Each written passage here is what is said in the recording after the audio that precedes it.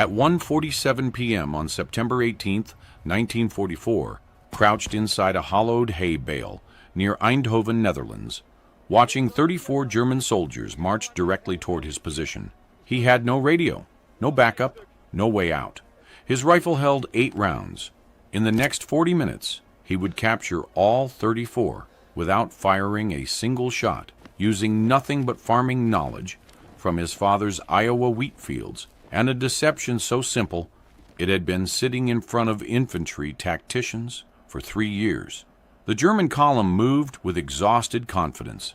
Their boots scraped cobblestone. Their voices carried complaints about rations and the American advance. They had no idea that the high bale 30 meters ahead wasn't a hay bale at all. Bartlett's breathing slowed. Through the small gap he'd carved in the compressed wheat, he watched the lead sergeant light a cigarette. The man's hand trembled slightly. Good. Tired men made mistakes. Bartlett had been counting on that. His plan required perfect timing. More importantly, it required something no infantry manual had ever taught: understanding how soldiers think when they're exhausted, hungry, and convinced they're behind their own lines. Bartlett understood because he'd spent 18 years reading livestock the same way. A spooked cow would stampede. A tired cow would follow the one in front of it straight into the barn. Men weren't different. The Germans were 150 meters away now. Thomas "Tommy" Bartlett grew up outside Cedar Rapids, Iowa, where his father ran 340 acres of wheat and corn. The Bartlett farm wasn't prosperous. It was survival. Tommy learned to drive a tractor at 9, repair a combine harvester at 12, and predict weather by watching how cattle moved at 13.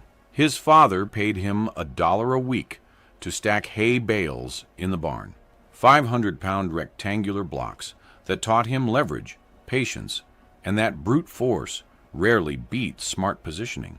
He wasn't athletic. He wasn't popular. But Tommy Bartlett could read patterns. He noticed which fields flooded every spring, which fence posts rotted first, which cows would bolt, and which would stand still during storms. His high school agriculture teacher wrote in his recommendation letter, "Thomas sees systems where others see chaos." The Army drafted him in January 1943. He turned 19 in basic training at Fort Benning, Georgia, where drill sergeants screamed about aggression and speed. Bartlett stayed quiet. He noticed things. He noticed that the fastest recruits through obstacle courses often failed navigation exercises. He noticed that the loudest soldiers in barracks usually froze first under simulated fire. He noticed, but he kept his observations to himself. By June 1944, Bartlett was in France with the 101st Airborne Division, 506th Parachute Infantry Regiment, Easy Company. He wasn't a paratrooper by choice. A paperwork error had transferred him from standard infantry. He jumped into Normandy on D-Day with men who'd trained for months while he'd had 3 weeks. He landed in a tree, cut himself down with his K-bar knife, and walked 14 miles to the rally point alone. His lieutenant wrote it up as Initiative Under Fire.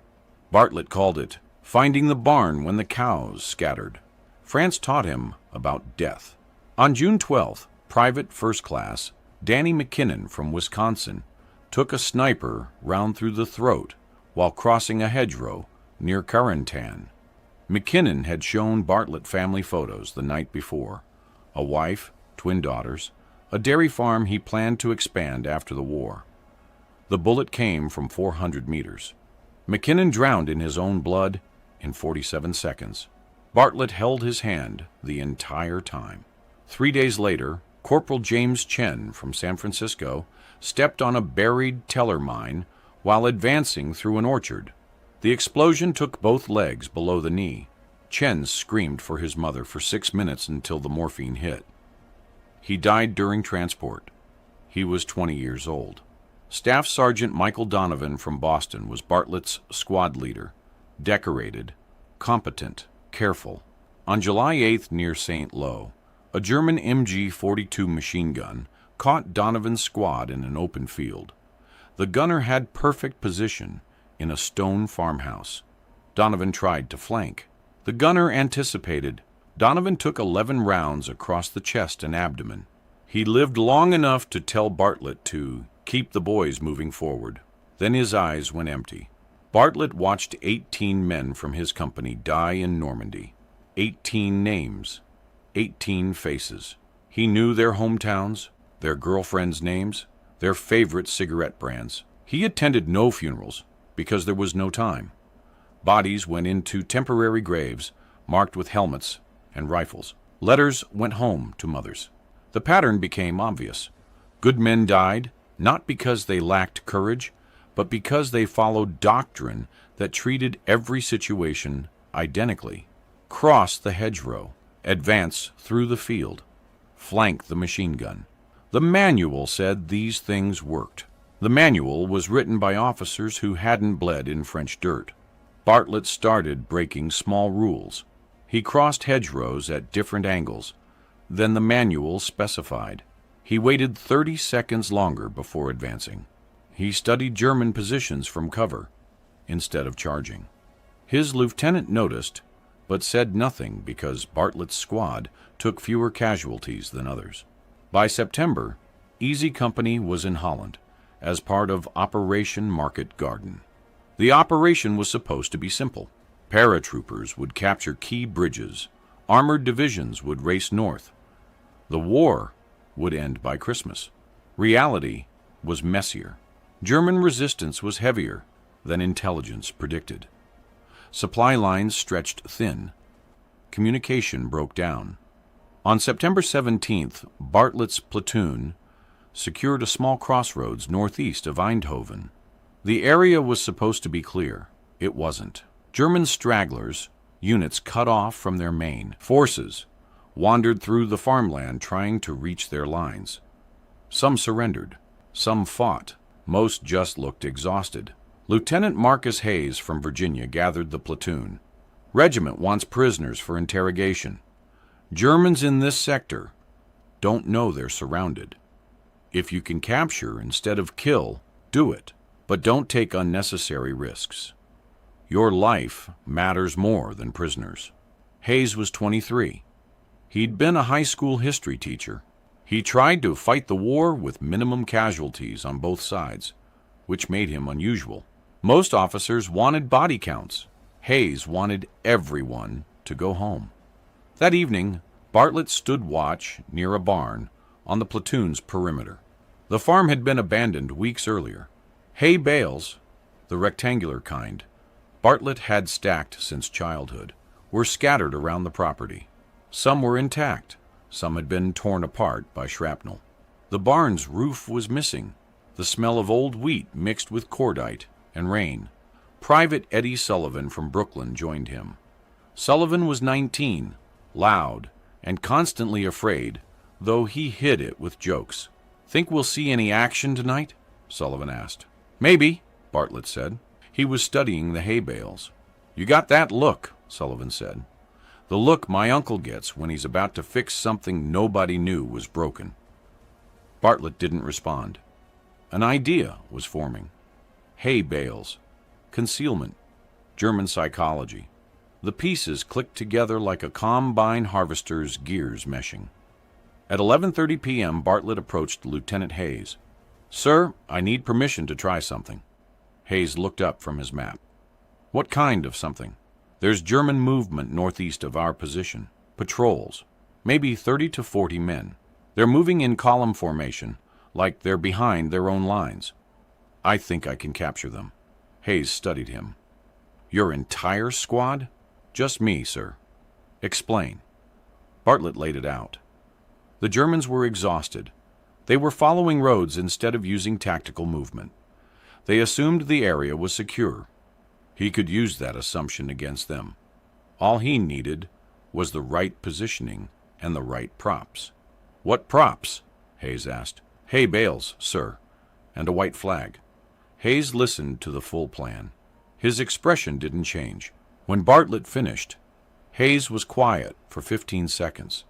Then he said, "If you get killed doing this, I'm writing a very unflattering letter to your mother.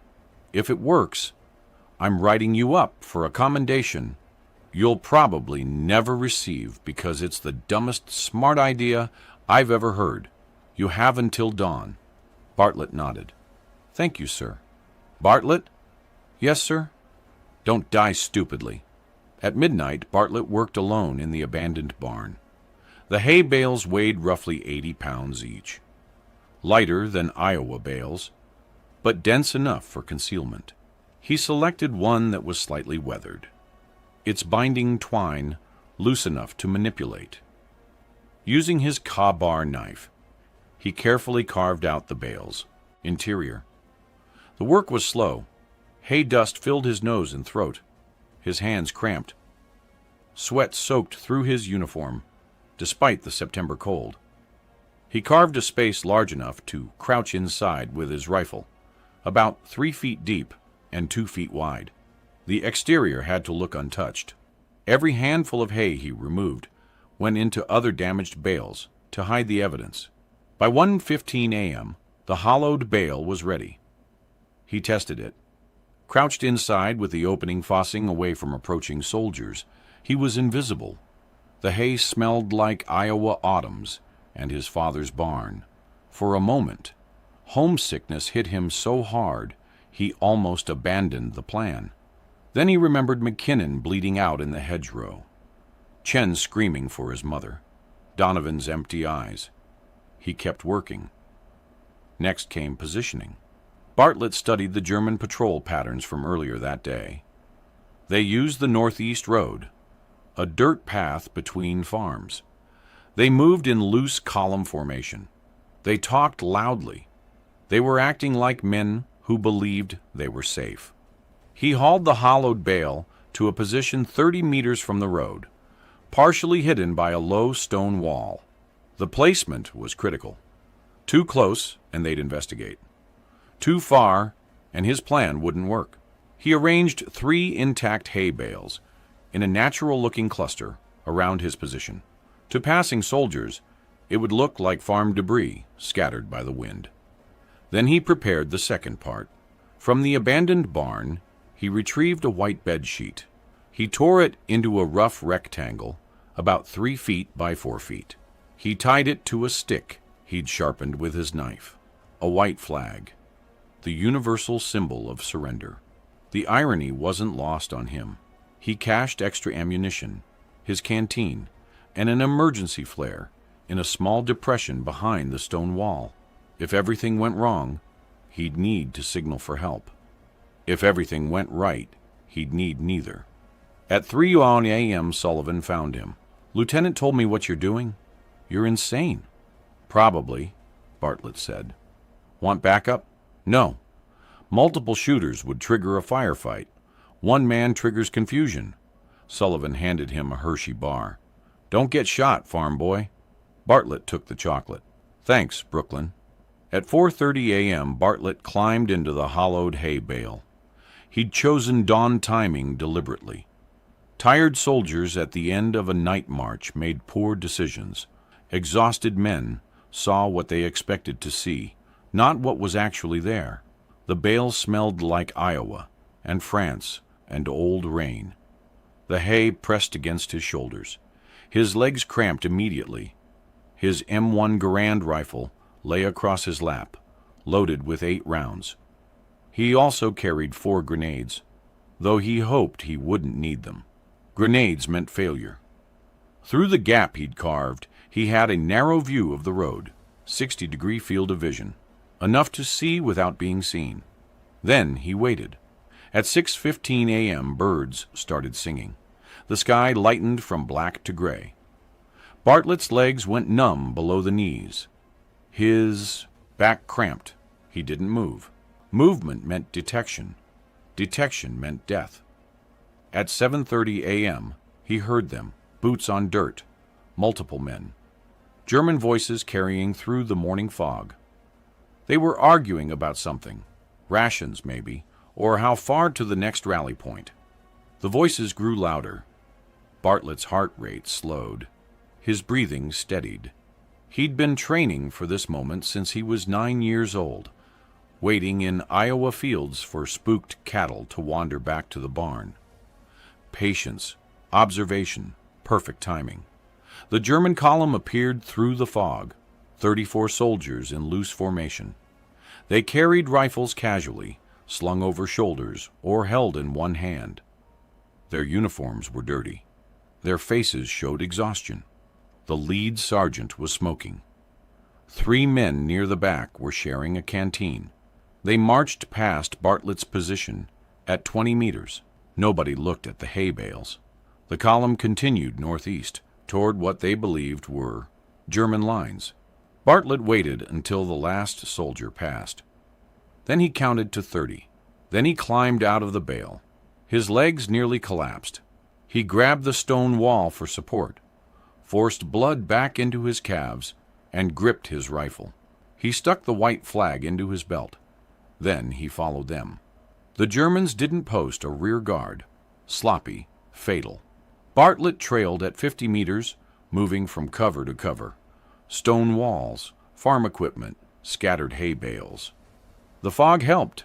Visibility was maybe 100 meters. He matched their pace exactly, stopping when they stopped, moving when they moved. At 8:10 a.m., the column reached a small crossroads where 3 farm paths intersected. They stopped. The sergeant pulled out a map. Soldiers dropped their packs and sat on the ground. Some lit cigarettes. One urinated in a ditch. Perfect. Bartlett circled to their front, using the fog and terrain. He reached a position 30 meters ahead of the column, crouched behind an overturned farm cart. His rifle was ready. His white flag was in his left hand. Then he stood up. The Germans saw him immediately. Rifles snapped up. Shouts echoed. The sergeant yelled commands.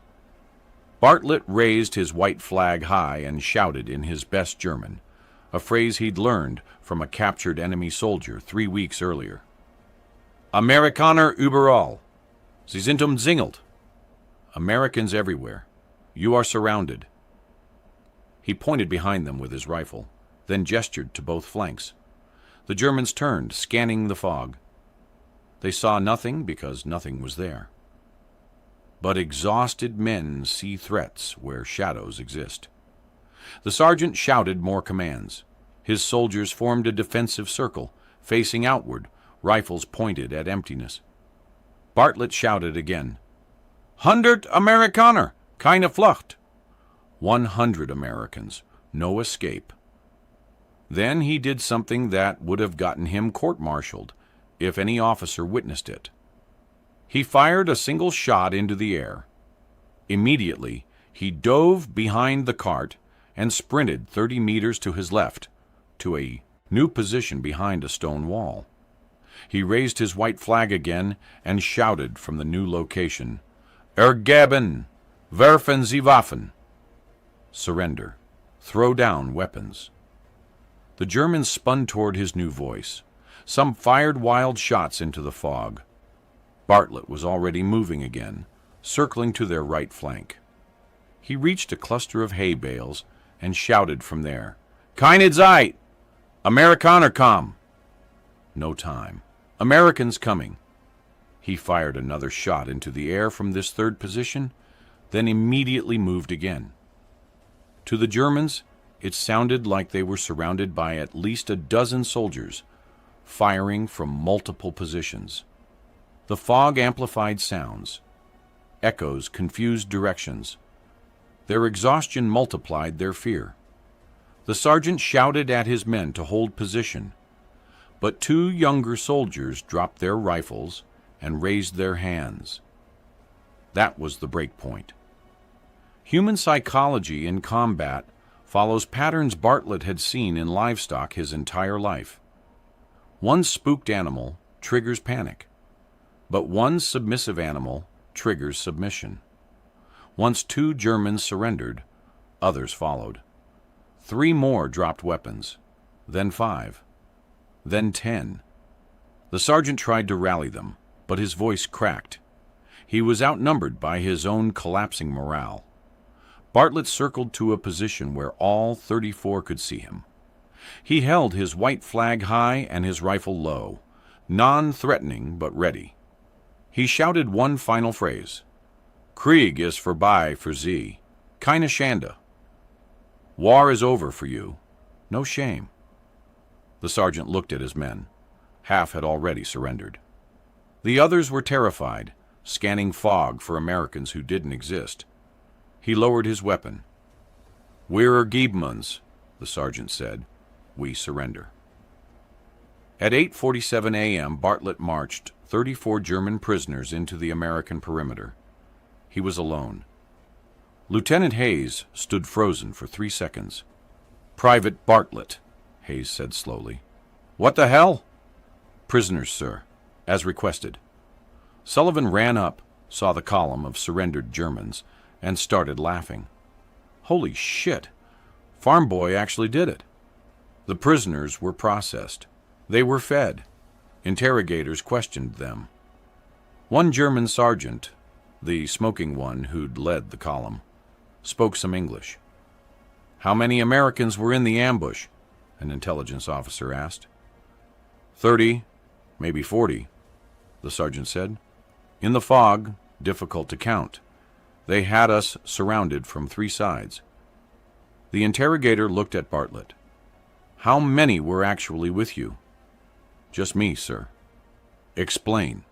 Bartlett explained the hay bale, the positioning, the fog, the white flag, the shouted German phrases, the deliberate movement between positions to simulate multiple soldiers, the single shots fired to add auditory confusion, the understanding that exhausted men see what they fear, not what's real. The interrogator wrote everything down. He looked skeptical, but impressed. This violated about 7 tactical protocols. Yes, sir. You could have been killed. Yes, sir. Why'd you do it? Bartlett thought about McKinnon bleeding in the hedgerow, Chen screaming for his mother, Donovan's empty eyes. Seemed safer than a firefight, sir. By noon, word spread through the battalion. A farm kid from Iowa captured 34 Germans using hay bales and theater. Soldiers thought it was hilarious. Officers thought it was idiotic. Everyone agreed it was effective. Captain Richard Morrison from Tennessee, Easy Company's commanding officer, called Bartlett to headquarters. Private, your stunt could have triggered a massacre if those Germans decided to fight. You had no backup, no communication, no extraction plan. Yes, sir. That said, Morrison paused.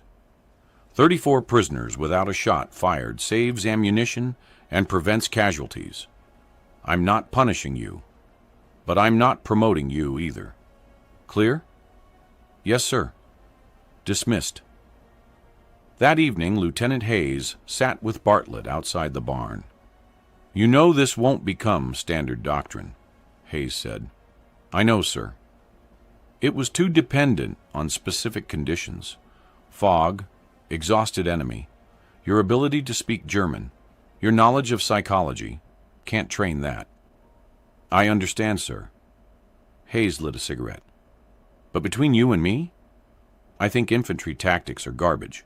We charge across fields because manuals written in 1917 say to charge across fields.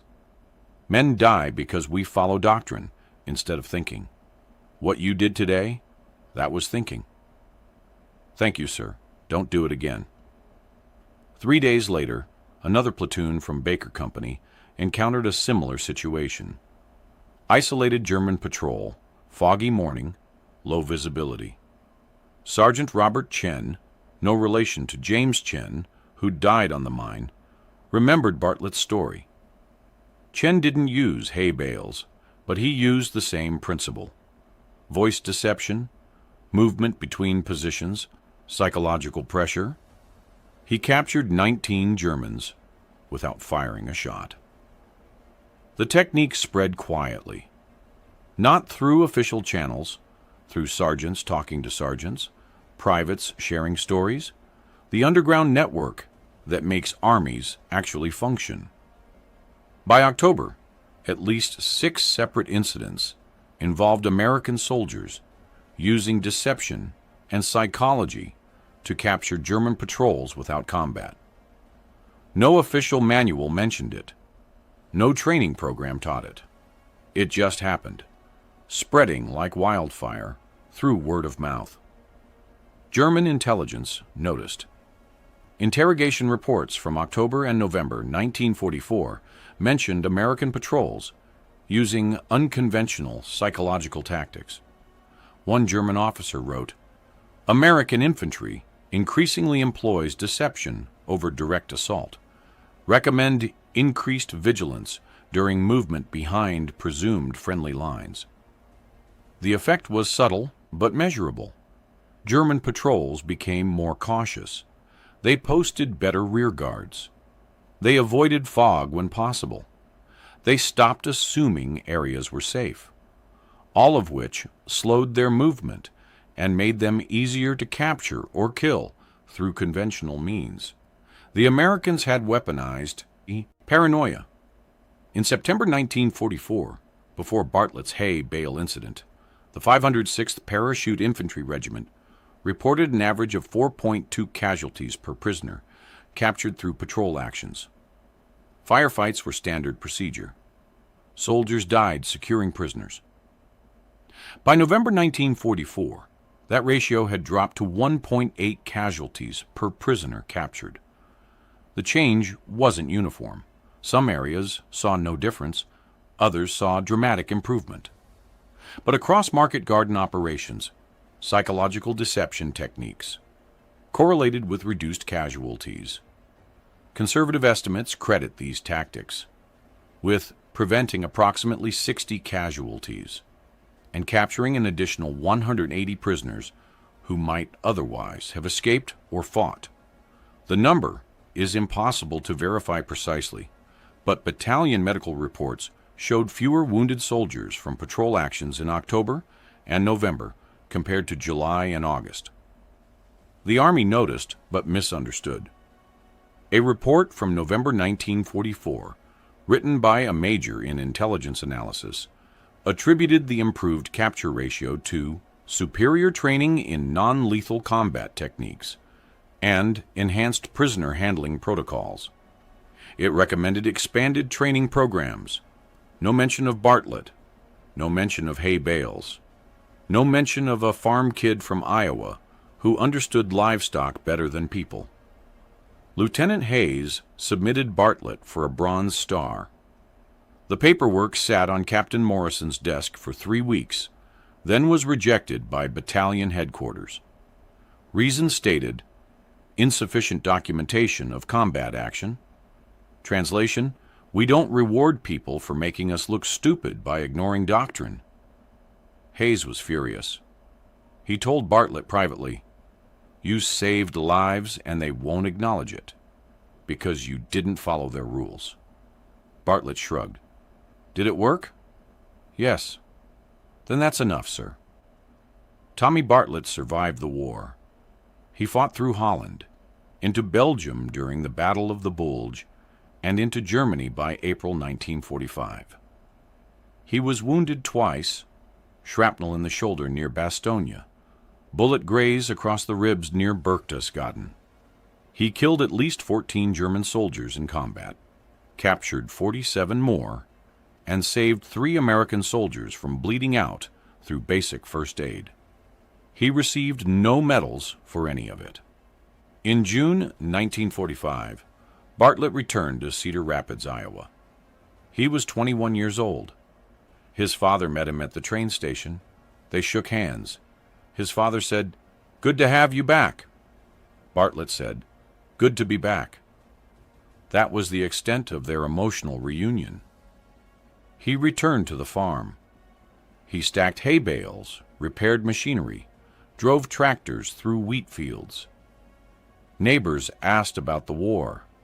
He said it was fine and changed the subject. He never mentioned the hay bale ambush to anyone outside the military. In 1947, He married Patricia Connor, a nurse from Cedar Rapids he'd known in high school. They had 3 children, 2 daughters and a son. He never told them war stories. His son asked once. Bartlett said, "Not much to tell. I did my job. Came home." He ran the farm successfully, expanding from 340 acres to 520 by 1960. He was elected to the county agricultural board. He coached Little League baseball. He attended church on Sundays. He lived an entirely ordinary life, which was exactly what he wanted. Every September 18th, he received a phone call from Eddie Sullivan in Brooklyn. They'd talk for 10 minutes about weather, families, crops, baseball. Neither mentioned the war directly, but the phone call said everything necessary.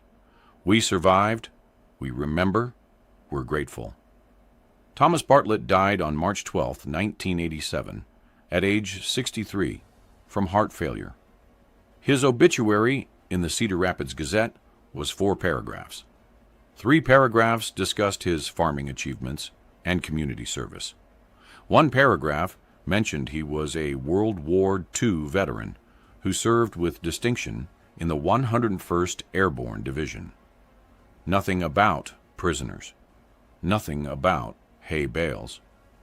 Lieutenant Marcus Hayes, by then retired as a colonel, attended the funeral. So did Eddie Sullivan. They stood together at the graveside, 2 old men honoring a third. Hayes said to Sullivan, "He saved more lives than anyone will ever know." Sullivan said, "And never wanted credit for it." "That's what made him different," Hayes said.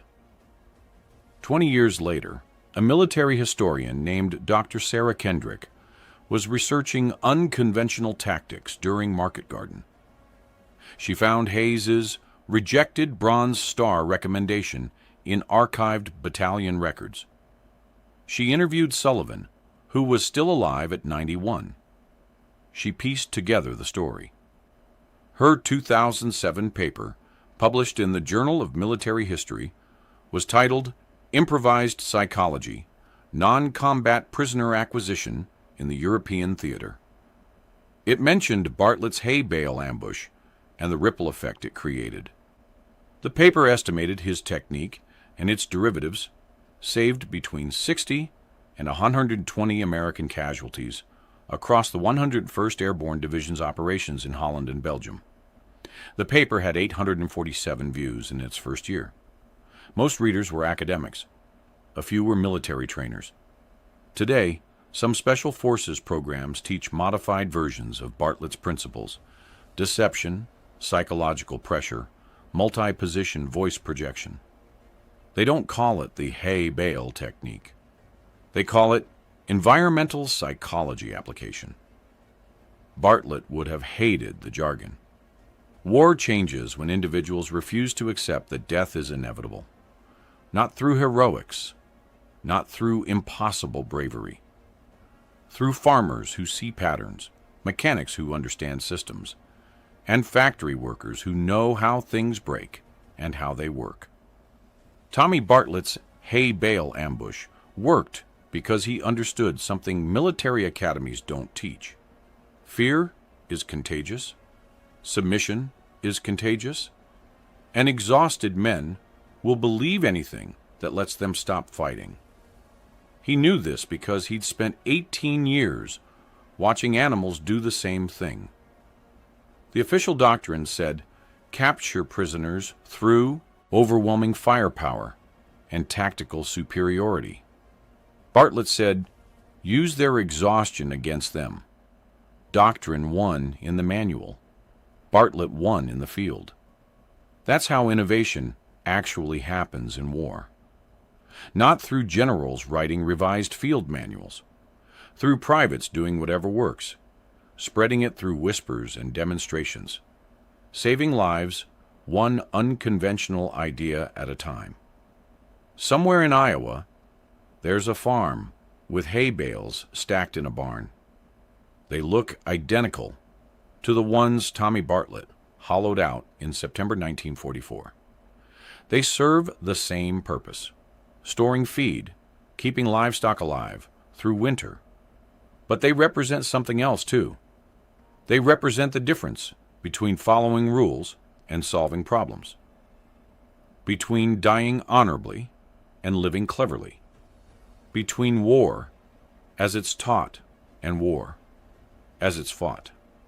34 German soldiers surrendered to a single American private hiding in a hay bale, not because he was the strongest or the fastest or the bravest, because he was the smartest. And in war, that's often enough. If you found this story compelling, please like this video. Subscribe to stay connected with these untold histories. Leave a comment telling us where you're watching from. Thank you for keeping these stories alive.